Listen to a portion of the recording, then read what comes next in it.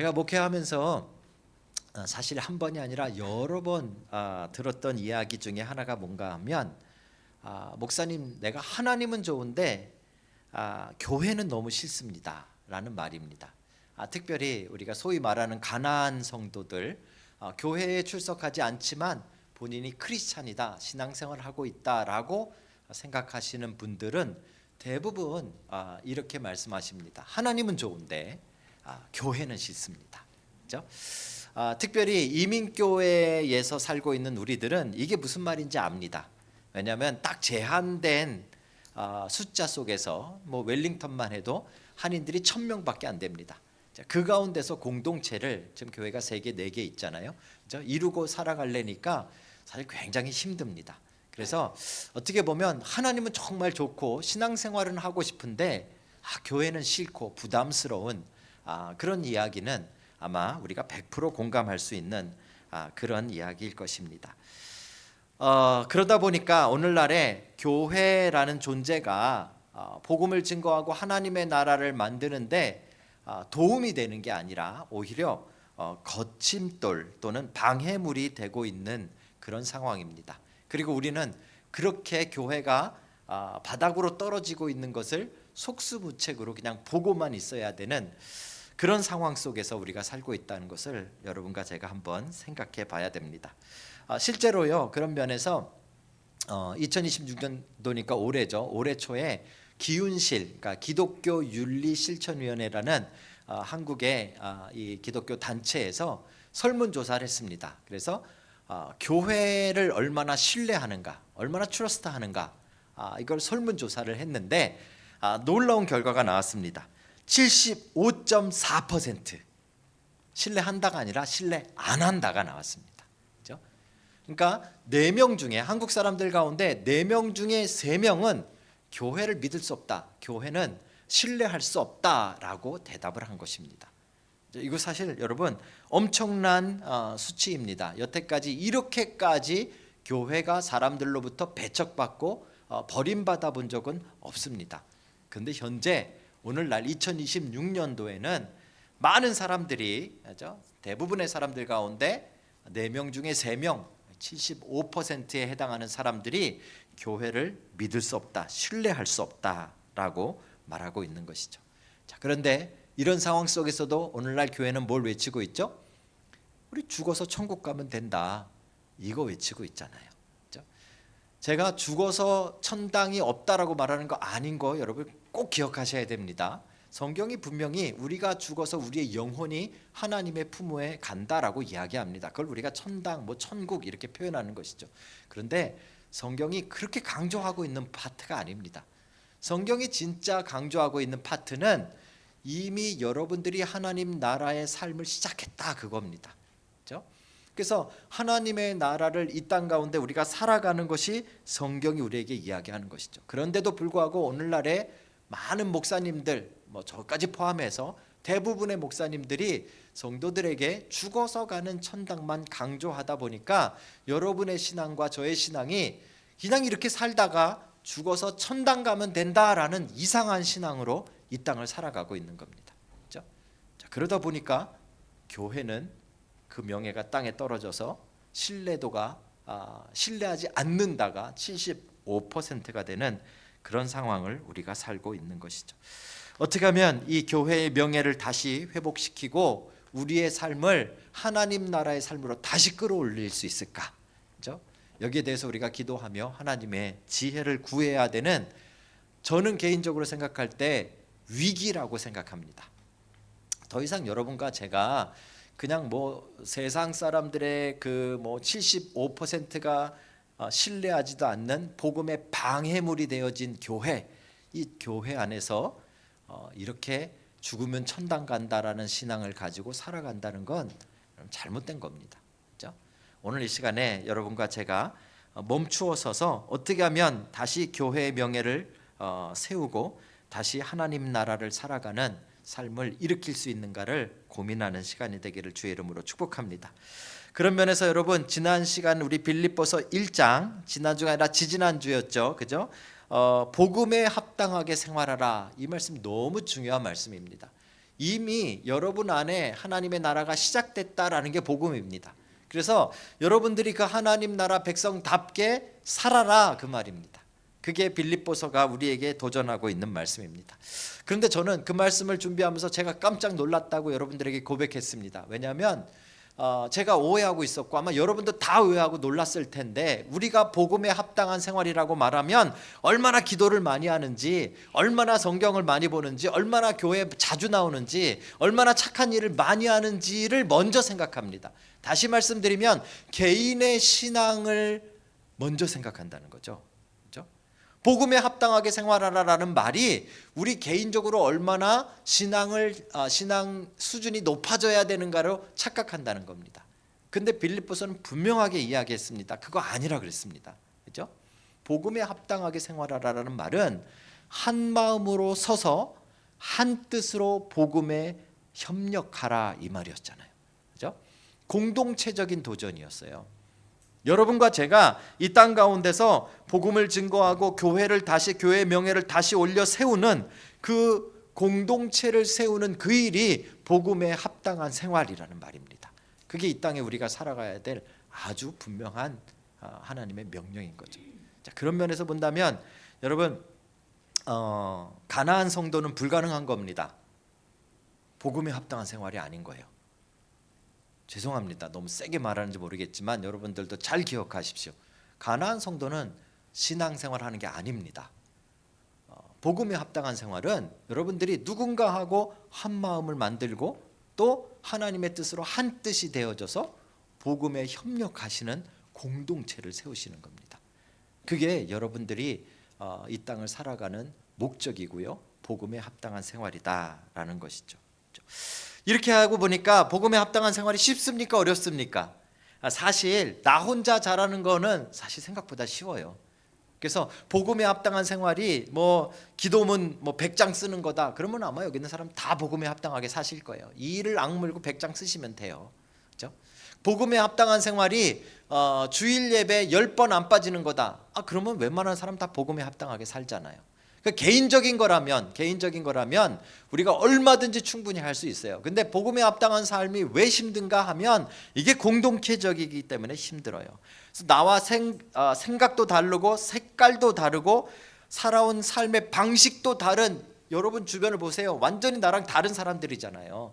그렇죠? 이 사람들이 100여 명이 함께 한 마음이 되는 것, 이게 복음에 합당한 삶이라는데 이거 어떻게 하실 거예요?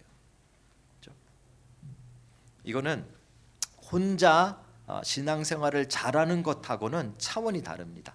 아마 수십 배는 더 힘든 일이 복음에 합당한 삶일 것입니다. 그것을 바울도 알고 있었던 것 같아요. 그래서 이게 불가능한 일이 아니라 실제로 여러분과 저도 평범한 우리들도 복음에 합당한 삶을 살 수 있다라는 것을 바울이 설명해 주는 것이 오늘 2장입니다. 그래서 그 비결이라 그럴까요? 그 방법이라고 할까요? 우리가 어떻게 하면 복음에 합당하게 살 수 있는가를 설명하는데, 그게 한마디로 말씀드리면 복음에 합당한 마음을 가지면 복음에 합당한 삶을 산다 그 말입니다. 조금 구체적으로 설명드리면 우리의 마음이 먼저 바뀌어야 우리의 삶도 바뀐다 이렇게 말하는 거죠. 그렇죠? 우리는 자꾸 거꾸로 하려고 그래요. 자꾸 뭔가 우리가 뭘 지키고 뭘 안 지키고 뭘 이걸 하고 술은 먹어야 돼요, 담배는 펴야 돼요, 뭘 해야 돼요, 말아야 돼요. 우린 거기에 관심이 있습니다. 근데 그렇게 하는 게 먼저가 아니고요, 여러분 마음이 바뀌는 거예요. 우리의 마음이 바뀌면 삶도 바뀐다니까요. 그걸 바울이 오늘 우리에게 설명하는 것이 복음에 합당한 마음을 품으라 이 말입니다. 그렇죠? 사랑하는 성도 여러분, 복음에 합당한 삶을 살기를 원하십니까? 그렇다면 바울이 오늘 제시하는 이 마음을 품으십시오. 이 마음을 품는 사람이 바로 복음에 합당한 삶을 살아낼 수 있는 사람입니다. 그렇죠? 복음에 합당한 삶이라는 건 여러분이 그냥 여러분의 마음을 가지고 내가 이 사람이랑 잘 지내보려고 열심히 노력하는 건 아닙니다. 불가능합니다. 이 세상에서 그렇게 해서 한 마음이 되는 교회는 존재하지 않습니다. 이건 여러분 가정을 보셔도 알아요. 여러분 엄마 아빠를 보시면 됩니다. 엄마 아빠가 한 마음으로 사시던가요? 안 된다니까요. 이거 우리의 마음 가지고는 안 되는 거예요. 그렇죠? 그래서 우리의 마음이 바뀌어야 우리의 삶도 그렇게 하나가 되는 삶으로 바뀌는 겁니다. 그게 복음에 합당한 삶입니다. 2000년 전에 바울이 빌립보 교회에 너희가 그 마음을 바꾸라고 설명한 이 놀라운 도전이 오늘 여러분들의 마음을 바뀌는 도전이 되기를 주의 이름으로 축복합니다. 오늘 여러분들의 마음이 바뀌어서 여러분들이 복음에 합당한 삶을 실제로 살아내는 그 기적의 공동체, 기적의 하나님의 백성들이 다 되시기를 주의 이름으로 축복합니다. 자, 그러면 한번 그 복음에 합당한 마음이 뭔가를 한번 보시죠. 빌립보서 2장 1절에서 4절, 오늘 우리가 보지 않은 그 바로 전절부터 사실은 설명이 시작되는데요. 아까 말씀드린 복음에 합당한 삶이 한 마음과 한 뜻을 품는 거잖아요. 그걸 하기 위해서 우리가 어떤 마음을 가져야 되는가 하면 겸손한 마음을 가져야 된대요. 그래서 1절에서 4절까지의 표현은 어떤 표현인가 하면 나보다 남을 더 낮게 여김. 이게 한국말 발음이 참 힘들어요. 낮게, 로우하게 여긴다는 게 아니라 나보다 더 베터하게 여겨라, 그 말입니다. 그렇죠? 그래서 다른 사람을 나보다 더 높이 여기는 마음, 이게 겸손한 마음이에요. 조금 충격입니다. 저는 한국 사람들 늘 이거 틀려요. 겸손한 마음 이야기하라 그러면 목사님 저 못해요. 모태신앙 강조하시는 게 우리는 겸손한 마음이라고 착각합니다. 그렇죠? 뭐 하라 그러면 못해요. 뭐 하라 그러면 못해요. 그리고 우리는 겸손하대. 그거는 못하는 마음이고요. 그 겸손한 마음이 아니에요. 겸손한 마음은 내 마음보다, 나보다 내 옆에 있는 이 사람이 더 낫구나, 더 훌륭하구나, 더 위대하구나 라고 인정하는 마음, 그게 겸손한 마음이고요. 그게 복음에 합당한 마음이다 라고 설명하고 있는 거죠. 자, 그럼 한번 생각해 보세요. 이건 그냥 그러면 심리적인 변화일까요? 내가 속으로 얘가 나보다 더 훌륭하지, 이게 달까요? 아니고요. 이게 실질적인 겁니다. 1절에서 4절을 잘 보시면 실질적으로 어떻게 나타나야 되는가 하면 내 일을 돌아보는 것뿐만 아니라 다른 사람의 일을 돌보라, 그 말입니다. 이게 겸손한 마음이에요. 겸손한 마음은 실질적이에요. 여러분의 마음이 진짜 겸손해지면 그 다음부터는 어떤 일이 벌어지는가 하면 이기적인 내 마음이 아니라 이 사람이 힘들 텐데, 이 사람이 오늘 안 나왔는데 이 사람이 아픈가? 이 사람이 정말 지난주에 어땠는데 그 얼굴을 봤는데 어떤 고민이 있나? 이 사람이 정말 지금은 어떤 상황이지? 다른 사람을 돌보는 마음이 생긴단 말이에요. 그게 진짜 여러분의 마음이 겸손하게 바뀐 증거입니다. 그렇죠? 그래서 우리가 다른 사람을 나보다 더 높게 여기면 자연스럽게 우리는 내 삶을 돌아보는 데 집중하지 않고 다른 사람을 돌보는 일에 시작되는 거예요. 그게 겸손한 마음이다라고 설명하는 거죠. 자, 이렇게 말해도 조금 감이 올까 말까죠. 이게 되나 안 되나 막 헷갈리시죠, 그죠? 그래서 바울이 5절부터 이제 설명하는 겁니다. 그 겸손한 마음의 구체적이고 실질적인 example를, 그죠? 예를 드는데 그것이 바로 5절에 등장하는 겁니다. 5절을 제가 읽어드립니다. 너희 안에 이 마음을 품으라. 겸손한 마음을 품으라는 건데 그 마음이 어떤 것인가 하면 곧 그리스도 예수의 마음이니라. 그렇죠? 여러분들이 그리스도 예수의 마음을 품으면 그게 겸손한 마음이고 그게 복음에 합당한 마음이고요. 그 마음을 품는 순간 여러분의 삶이 실질적으로 복음에 합당한 삶으로 변화되기 시작한다, 그 말입니다. 그렇죠? 그래서 여러분과 제가 오늘 해야 될 것은 그리스도의 마음을 품는 것입니다. 그럼 그리스도의 마음이 무엇입니까? 오늘 2장에 보면 아주 구체적으로 설명합니다. 그리스도의 마음은 이런 건데 원래는 하나님과 동등한 본체이신데 동등한 것을, 이퀄한 것을 인정하지 아니하시고 포기하시고, 그렇죠? 스스로 낮아지셔서 종의 형체, 신인 하나님이 아니라, 하나님의 이미지가 아니라 종인 인간의 형체를 입고, 그렇죠? 낮아지신 사건, 이게 그리스도의 마음을 표현한 거예요. 그렇죠? 그것도 그냥 낮아지신 게 아니라 나중에 보면 어디까지 낮아지시는가 하면 인간의 가장 밑바닥인 죽는 모습까지, 죽음까지, 십자가의 죽음까지 낮아지신, 스스로 낮아지신 것이 그리스도의 마음이다. 한마디로 말하면요, 낮아지신 마음이에요. 낮아지신 마음. 이게 그리스도의 마음이에요. 그렇죠?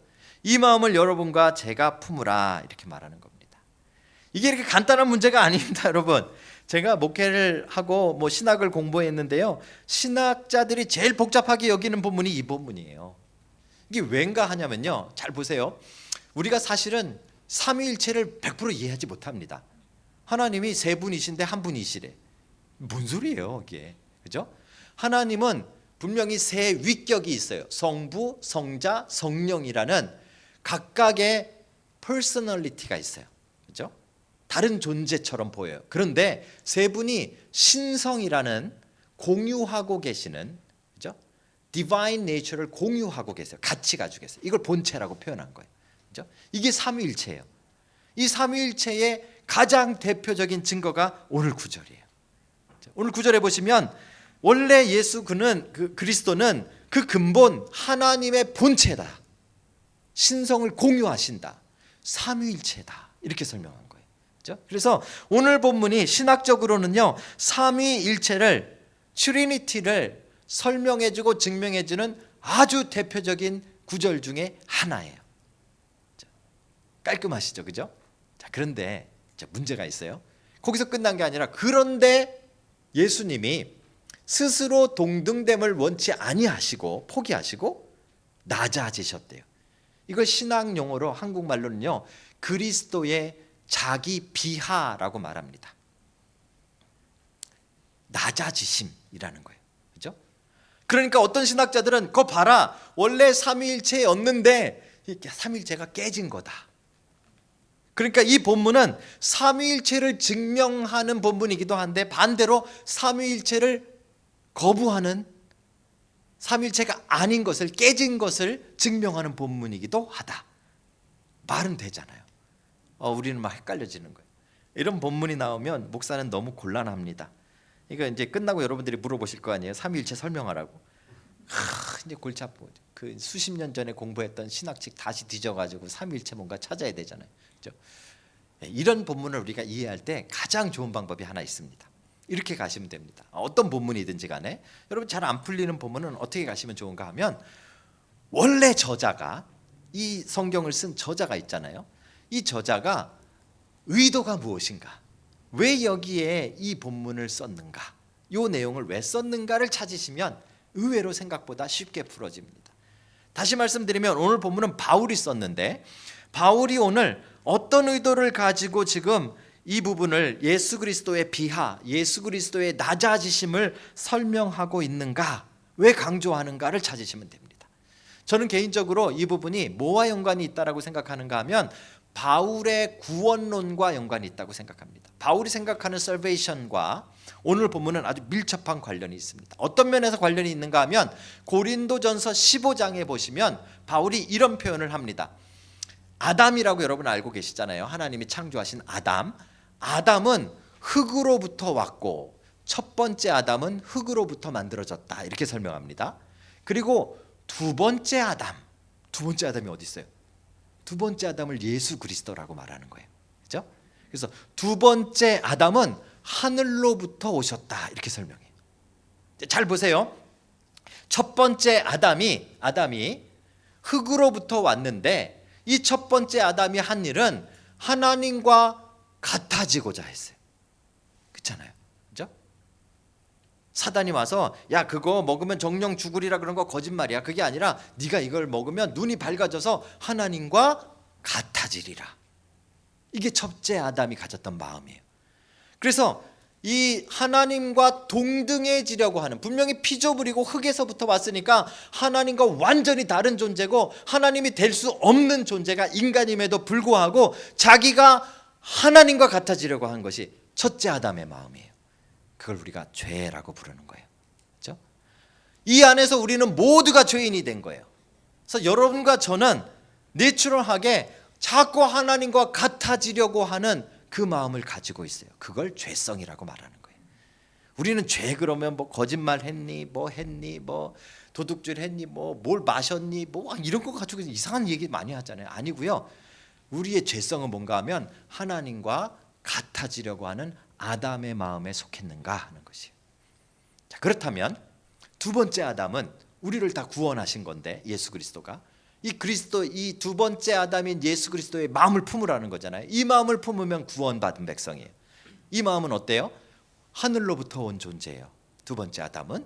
그런데 오늘 보니까 하늘로부터 왔기 때문에 하나님과 동등한 존재이지만 스스로 낮아지시는 거예요. 그렇죠? 어느 정도로요? 십자가에 죽기까지 순종하시려고. 그렇죠? 높아지려고 하는 마음을 우리는 불순종이라고 봤다면 낮아지려고 하는 마음을 순종이라고 표현한 거예요. 그래서 우리는 다 첫 번째 아담의 마음에 속해서 죄인이 되고요, 우리가 다 두 번째 아담에 속하면 구원을 받는 거예요. 그렇죠? 그래서 오늘 본문은요, 그냥 뭐 겸손한 마음을 조금 가져라, 너네도 좀 뭐 다른 사람을 조금 더 높여줘라, 뭐 좀 양보해라, 그런 이야기가 아니에요. 그런 도덕적인 이야기가 아니라 이건 여러분과 제가 사는지 죽는지, 영적으로 구원을 받는지 받지 못하는지에 대한 얘기예요. 우리가 첫 번째 아담에 속해서 하나님과 동등해지려고 하는 마음을 품고 살 것인지, 아니면 우리가 두 번째 아담에 속해서 예수 그리스도의 낮아지신 그리스도의 마음에 속해서 살 것인지, 이걸 지금 도전하고 있는 거예요. 그래서 오늘 너희 안에 이 마음을 품으라, 그리스도 예수의 마음이니, 이게 우리의 출발점인 거예요. 구원받은 모든 백성들은, 구원받은 모든 하나님의 백성들이라면 이 그리스도의 낮아지신 마음을 품어야만 합니다. 이 마음을 품지 않으면 그리스도인이 아닙니다. 이 마음을 품지 않으면 아직도 우리는 첫째 아담에 속한 죄인입니다. 그리스도의 마음을 품은 자만이 구원받은 하나님 나라의 백성의 삶을 사는 것입니다. 이게 우리의 출발점입니다. 그렇죠? 그래서 오늘 본문은요, 단순히 그냥 겸손해지라는 말이 아닙니다. 오늘 말씀은 여러분과 제가 정말 꼭 해야 되는, 그리스도의 마음을 품지 않고는 견딜 수가 없는 사람이 돼야 돼요. 그렇죠? 오늘 여러분들이 그리스도의 마음을 품는, 낮아지신 그 마음을 품는 여러분과 제가 되기를 주님의 이름으로 축복합니다. 예, 어떤 분은 이렇게 생각하실 거예요. 목사님, 그게 조금 더 쉽습니다. 뭐가 쉽습니까? 목사님 보세요, 다른 사람을 나보다 높이는 거 진짜 힘듭니다. 실질적으로 쟤보다 내가 좀 더 나은 것 같은데, 막 내 마음은 막 이런데 억지로 제가 더 나보다 잘해요, 막 이렇게 말하려면 너무 힘들대요. 이건 힘들대. 그런데 내가 하나님처럼 되지 않으려고 해요. 이거는 너무 쉽지 않습니까? 그죠? 그렇지 않습니까? 여러분 지금 하나님처럼 되고 싶은 사람 있어요 여기? 없잖아요. 다 겸손하시잖아요. 그러니까 우리는 다 그리스도의 마음을 품은 거예요? 아니에요. 이제 잘 보세요. 제가 아니란 증거를 대드릴게요. 우리가 하나님의 나라를 사는 백성들이라면 다 이 마음을 품어야 된다 그랬어요. 그럼 보세요. 지금 여러분들이 하나님의 나라를 살고 있는지. 하나님의 나라는 제가 말씀드렸을 때 장소적인 것이 아니라 하나님의 주권과 통치에 관한 부분이라 그랬어요. 그렇죠? 하나님이 살아계시고 하나님이 여러분들의 삶을 통치하신다는 그 사실을 진짜 믿는 사람들의 특징이 뭔지 아세요? 기도예요. 기도. 그러니까 첫째로 여러분이 기도하고 있지 않아요? 땡. 그리스도인이 아니에요. 하나님을 인정하지 않는 거예요. 실제로 말로는 하나님 믿는다 그러고 교회 다니고 등록도 하고 세례도 받고 다 했지만 여러분이 하나님의 나라를 살고 있지 않다는 말이에요. 왜요? 하나님의 나라를 산다면 하나님 앞에 기도하는, 살아계신 하나님께 여러분의 인생을 맡기고 그 하나님이 여러분을 인도하시는, 인도하심을 받는 기도가 있어야 돼요. 실제적으로 기도가 없으면 하나님을 믿는 게 아닙니다. 벌써 여기서 제가 볼 때 한 30% 떨어져 나가셨어요. 기도 안 하시는 분들. 그죠? 자, 그럼 두 번째로, 그럼 무조건 기도하면 되느냐? 아니고요. 기도를 하지만 제대로 하셔야 돼요. 기도하시면 제대로 하셔야 돼요.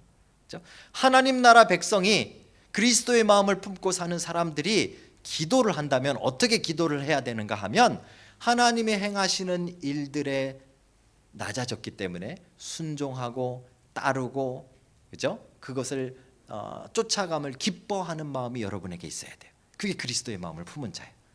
자, 그럼 보세요. 여러분들의 지난주, 지지난주의 기도 한번 쭉 훑어보세요. 어떻게 기도하셨어요? 하나님, 도대체 이게 뭡니까? 왜 나한텐 맨날 이런 거 주시고 쟤는 저런 거 주십니까? 이런 기도하신 분. 그죠?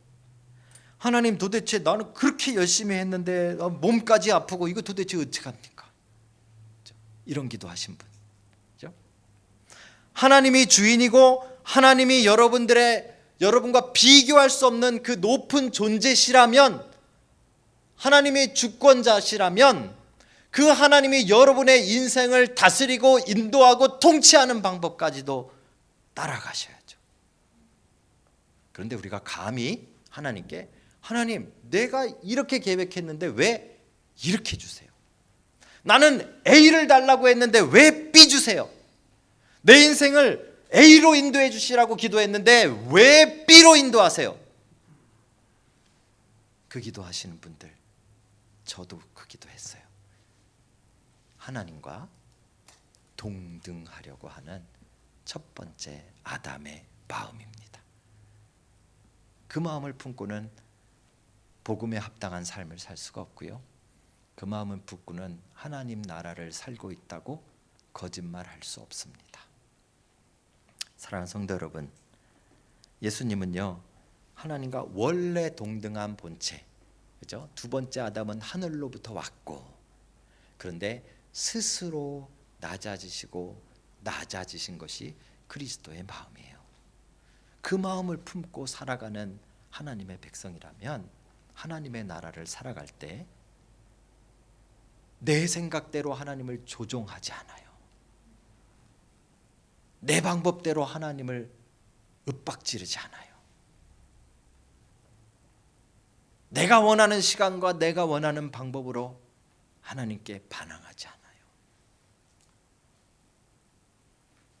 그 마음이 있는 한 우리는 첫 번째 아담의 마음을 가지고 하나님과 동등해지려고 하는 죄악을 가지고 살아가고 있는 것입니다.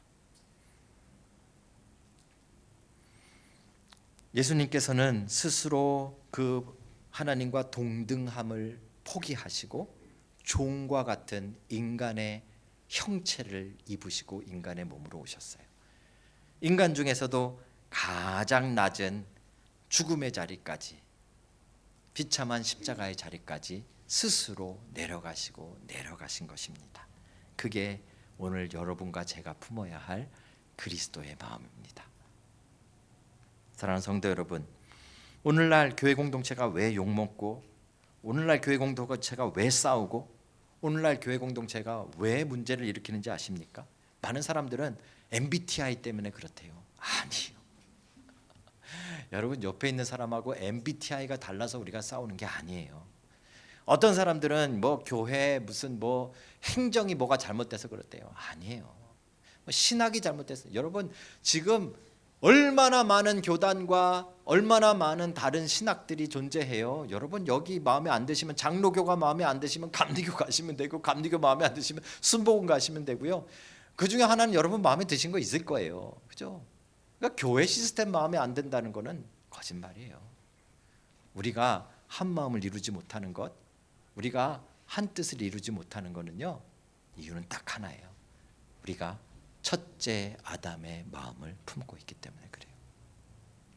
우리가 둘째 아담인 예수 그리스도의 낮아지신 마음을 품으면 복음에 합당한 삶이 사라지실 것입니다.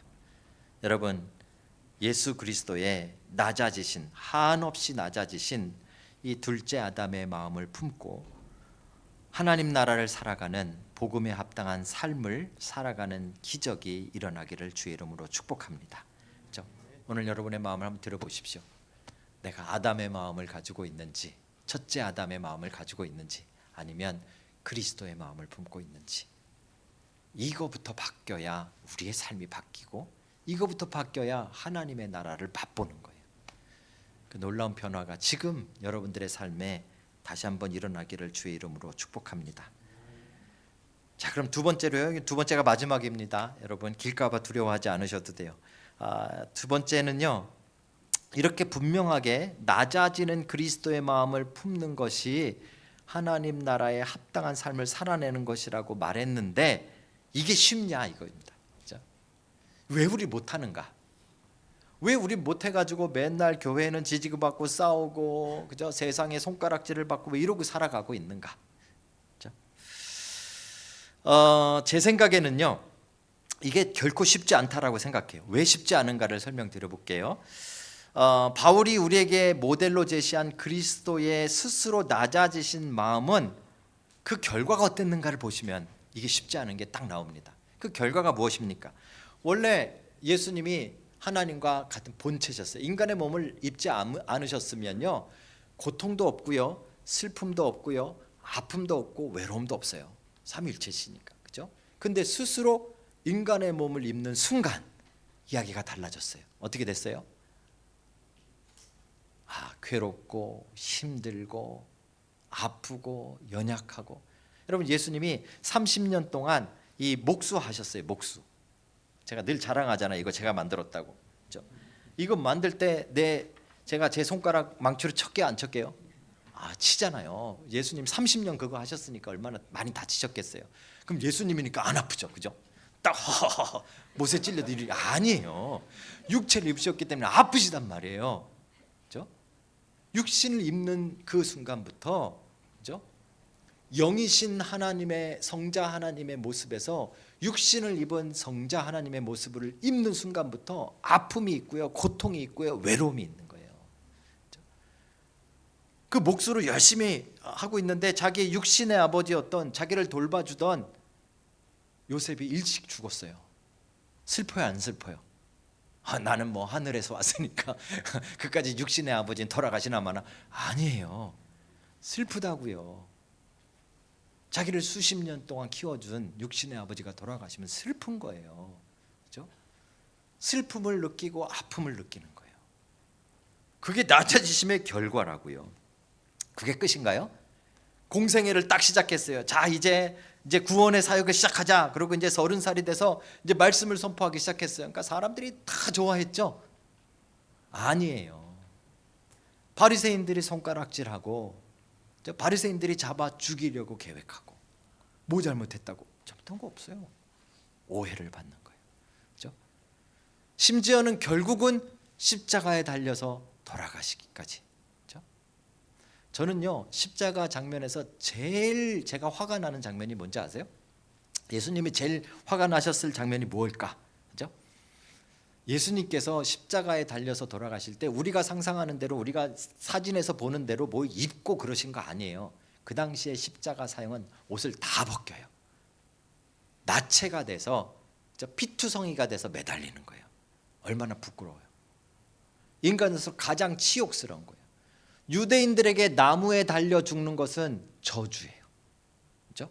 로마 시대에 십자가에 죽는 것은요, 가장 비참한 저주예요. 그거를 예수님이 거기까지 내려가신 거예요. 자, 그런데 그 순간 여러분 기억해 보세요. 그 순간에 밑에 바리새인이 이렇게 말했어요.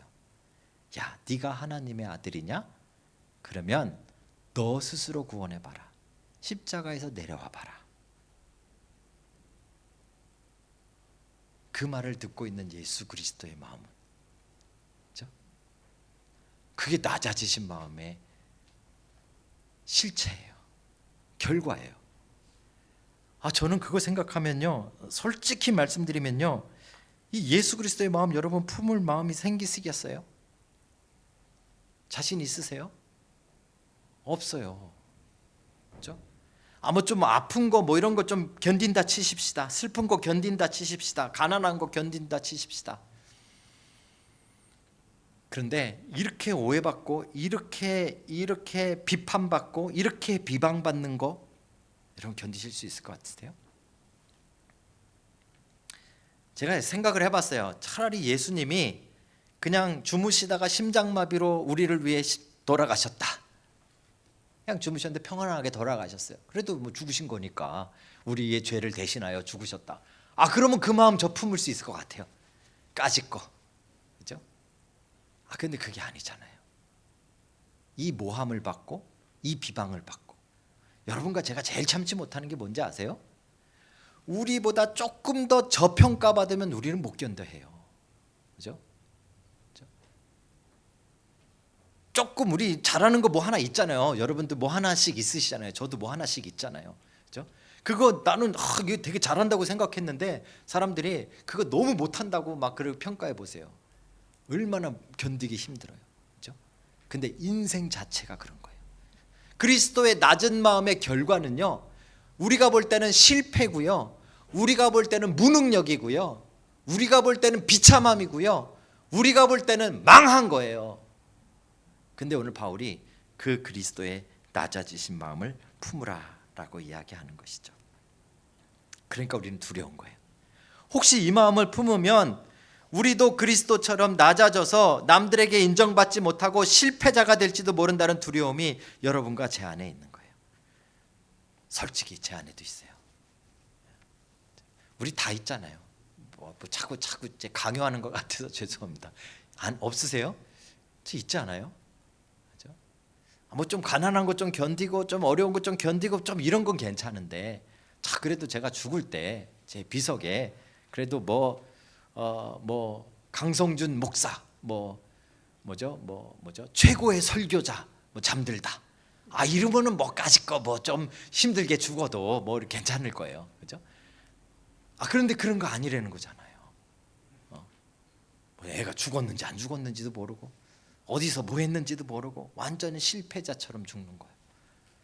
그리스도의 마음은 그런 거라면 이 품고 싶은 마음이 우리 안에 없는 거죠. 그렇죠? 그래서 이 말씀이 너무 힘든 거예요. 너희 안에 이 마음을 품으라. 곧 그리스도 예수의 마음이니, 그 그리스도 예수의 마음의 결과가 이거기 때문에 너무 힘든 거예요. 그런데 바울이 이걸 알았어요. 제가 볼 때 바울은 천재인 것 같아요. 우리의 이런 연약함을 알았어요. 그래서 9절부터 우리 눈에 보이지 않았던 진짜 결과를 설명해줘요.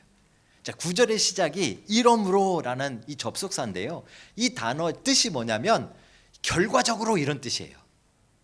그러니까 지금 그리스도께서 원래 하나님과 동등한 본체셨는데 인간이 되시고, 그것도 아예 그냥 가장 비참한 십자가의 죽으심까지 내려오셨는데, 그 그리스도의 마음을 품으라. 이러므로 그 결과는 어떻게 됐는가 하면 이라고 결과를 설명하는 거예요. 결과가 9절이에요. 하나님이 그를 지극히 높여 모든 이름 위에 뛰어난 이름을 주사 하늘에 있는 자들과 땅에 있는 자들과 땅 아래에 있는 자들로 모든 무릎을 예수의 이름에 꿇게 하시고 모든 입으로 예수 그리스도를 주라 주인이라 시인하여 하나님 아버지께 영광을 돌리게 하셨느니라. 우리 눈에 보였던 예수 그리스도의 낮아지신 마음의 결과는 고통이고 슬픔이고 아픔이고 비참함이고 실패고 무능력함이었는데, 실제로 일어난 결과는 무엇이었는가 하면 하나님께서 그를 지극히 높여서 모든 무릎이 예수 앞에 꿇게 하시고 모든 입이 예수 그리스도를 주인이라 주님이라 시인하게 하셨다. 이걸 그리스도의 승귀, exaltation of Christ라고 말합니다. 그리스도를 높이 드신 거예요. 이게 그리스도의 낮아지심의 진짜 결과예요. 여러분과 제가 알고 있었던 건 진짜 결과가 아니고 눈에 보여지는 모습이었어요. 왜요? 우리가 그 비참함이기 때문에, 우리가 그 인생이기 때문에 그 밑에까지 내려오셔서 우리를 끌고 올라가시기 위해서 그리스도께서 거기까지 낮아지신 거예요. 그래서 그 낮아지신 그리스도의 마음을 품으면 우리가 그리스도와 함께 이 높은 자리까지 올라가는 거예요. 이걸 지금 바울이 진짜 그리스도의 낮아지신 마음을 품은 결과다라고 우리에게 도전해주고 있는 거예요. 놀라운 사실은요, 5절부터의 주어는 예수 그리스도예요. 그래서 그리스도께서 스스로 낮아지신 거예요. 그런데 9절부터는 주어가 바뀌어요. 주체가 바뀌어요. 성부 하나님께서 그리스도를 끌어올리시는 거예요. 다시 말씀드리면 우리는 자꾸 하나님과 동등하지 않고 우리는 하나님과 똑같지 않은 존재입니다. 하나님과 다른 존재입니다. 그 마음을 가지고 계속해서 그리스도처럼 낮은 마음을 품으면 주체가 바뀌어서 하나님이, 여러분이 아니고 하나님이 여러분을 들어서 높이시리라, 이 말입니다. 이 결과를 믿는 자만이 그리스도의 마음을 품을 수 있는 사람이 되는 거예요. 그렇죠? 우리는요, 하나님을 믿는다고 거짓말할 때가 참 많아요. 그냥 교회 성경책 끼고 왔다 갔다 하면 하나님을 믿는 줄 알아요. 아니에요. 진짜 믿으셔야 돼요. 진짜 여러분 하나님이 살아계신 걸 믿는다면 여러분이 오늘 낮아지셔도 비참함이 아닌 걸 믿으셔야 돼요. 그렇죠? 남들이 볼 때는 저평가받는 것 같고, 남들이 볼 때는 형편없는 것 같고, 남들이 볼 때는 실패한 것 같이 보일지라도 우리가 진짜 보이지 않는 하나님을 믿는다면 그 하나님이 자기를 찾는 자에게 좋은 것을 주시는 분임을 믿으셔야 되는 거예요. 이걸 믿는 게 진짜 믿음이에요. 그래야 진짜 그리스도의 마음을 품고 우리가 낮아질 수 있는 거예요. 그렇죠? 안 그러면 우리가 어떻게 낮아져요? 저도 겁나고 여러분도 겁나는데 그냥 실패자가 돼서 무능력자가 돼서 완전 바닥에서 아무도 모르게 그렇게 끝나야 된다면 누가 그리스도의 마음을 품어요? 거짓말하지 마세요. 그런 사람이 어디 있어요? 그렇죠? 그런데 그렇게 그리스도의 마음을 품으면 걱정하지 마라. 걱정하지 마라. 하나님께서 그를 지극히 높여서 모든 이름 위에 높은 이름으로 만드시고 모든 무릎이 예수 앞에 꿇게 하시고 모든 입술이 예수를 주라 시인하게, 그래서 하나님께 영광 돌리게 만드셨도다. 그렇죠? 여러분 그리스도의 마음을 품으십시오. 여러분 그리스도의 마음을 품으십시오. 우리는 가능한 첫째 아담의 마음으로 자꾸 높아지고 하나님과 동등하게 돼서 하나님께 따지고 하나님 왜 이러셨어요 저러셨어요 그러고 자기의 기도를 가지고 하나님을 막 윽박지르고 때로는 동등 정도가 아니라 하나님보다 지가 더 위에 있잖아요. 우리는. 그렇죠? 그 첫째 아담의 마음을 버리세요. 그리고 낮아지고 낮아지시는 그리스도의 마음을 품으세요. 그러면 여러분 걱정하지 마세요. 하나님이 가장 좋은 것으로 인도하십니다. 그렇죠? 하나님이 여러분들과 저를, 하나님의 백성들을 그 땅바닥에 내팽겨치지 않으십니다. 그리스도를 그 십자가에 매달고 그냥 끝내신 분이 아니라는 말입니다. 그를 다시 높이 올리신 분이 하나님이십니다. 그 놀라운 승귀가, 그 높아짐이 그리스도의 마음을 품은 자들에게 경험되어지는 것, 나타나는 것, 그게 바로 복음에 합당한 마음, 그리스도의 마음을 품는 것입니다.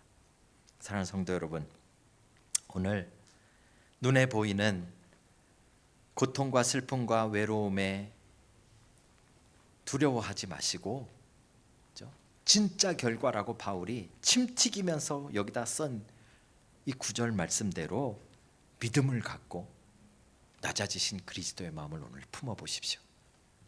그 마음을 가지고 공동체를 만드시고 그 마음을 가지고 하나님 나라를 만드십시오. 그러면 하나님께서 결국 여러분을 그리스도와 함께 높이 드실 것입니다. 그 영광이 여러분과 제 안에 있기를 주님의 이름으로 축복합니다. 그게 복음에 합당한 삶을 사는 실제 방법입니다. 그렇죠?